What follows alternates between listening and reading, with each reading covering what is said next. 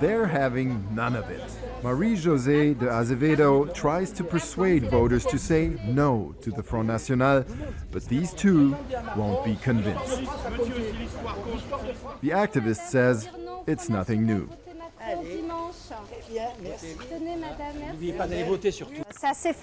The discussions are pretty tough, not open-minded at all, no real exchange. We succeed with some, though, and others are even happy to see that not everybody in Fréjus is for the Front National. Fréjus has become a showcase for the right-wing nationalist party. One of the first things the new Front National mayor did 3 years ago was to take down the EU flag. Now the town hall just boasts the French tricolor.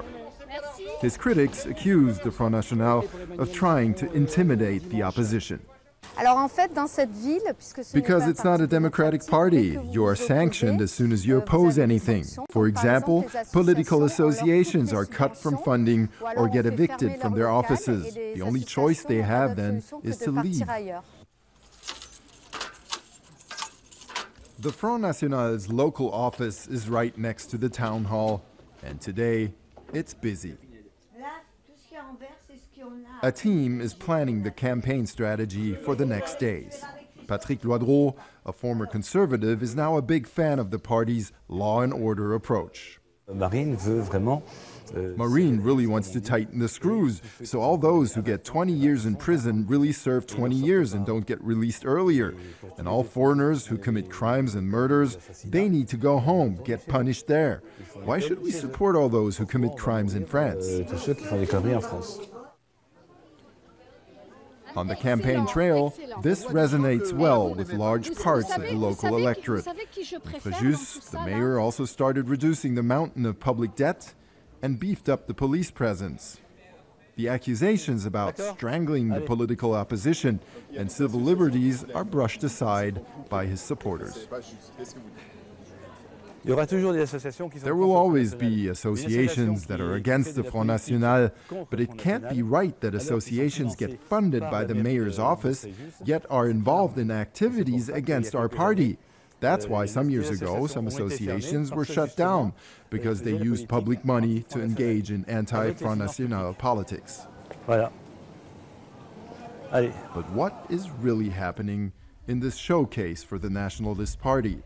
Most remember the city for its ancient Roman splendor, but below the surface, things seem to be changing in Fréjus. Marie-Josée de Azevedo and fellow activist Gérard Sedboun bring the DW team to a social center that was shut down by the mayor. Suddenly, the police show up and want to know what we are doing here. For the two activists, that would not have happened under previous administrations. This is absolutely symptomatical for the extreme right. It's their obsession to know everything and to infiltrate people's lives in order to exploit them as much as they can.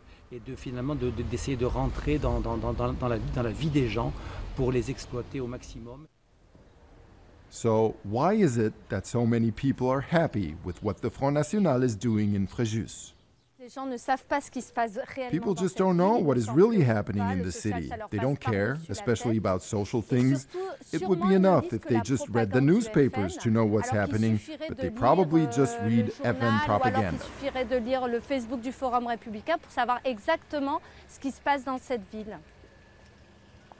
Claims the party and many of its voters deny.